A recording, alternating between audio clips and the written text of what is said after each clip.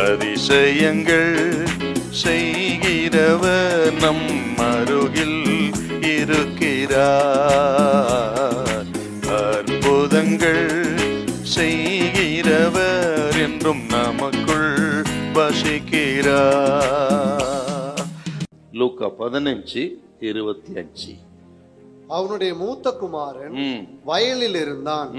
அவன் திரும்பி வீட்டுக்கு சமீபமாய் வருகிற போது கீத வாத்தியத்தையும் நடன களிப்பையும் கேட்டு ஊழியக்காரில் ஒருவனை அழைத்து இது என்ன என்று விசாரித்தான். இவன் வயலில் இருந்தான் அப்படின்னாவ இவனுடைய கேரக்டர், இவனுடைய நற்குணத்தை நம்ம பார்க்க முடியுது.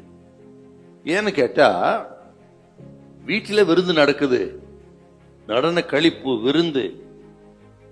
விருந்து நடக்கிற சமயத்துல அவன் வயலில் இருந்தான்னா வயலே கதி, வேலையே கதி என்று இருந்த கடினமான ஒரு உழைப்பாளி. இவன் ஒரு சோம்பேறி கிடையாது, கடினமாய் உழைக்கிறவன் என்பதற்கு அடையாளம் வயலில் இருந்தான். அடுத்து இவன் சொல்றான் பாருங்க, 15:29 தகப்பனுக்கு கீழ்ப்படுகிறவன், எப்பொழுதுமே தகப்பனுக்கு கீழ்ப்படுகிறவன், பல வருஷமா தகப்பனுக்கு கீழ்ப்படுகிறாகவே இருக்கிறான். மட்டுமல்ல, தகப்பனுடைய கற்பனையை மீறவில்லை.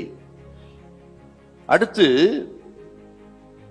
இளையகுமார மாதிரி தகப்பனுக்கோ அல்லது அவன் ஊருக்கோ எந்த கெட்ட பேரையும் வர வைக்கல. அது வரையில் அவன் நல்லவனாகவே இருந்திருக்கிறான், நற்சாட்சி உள்ளவனாக இருந்திருக்கிறான்.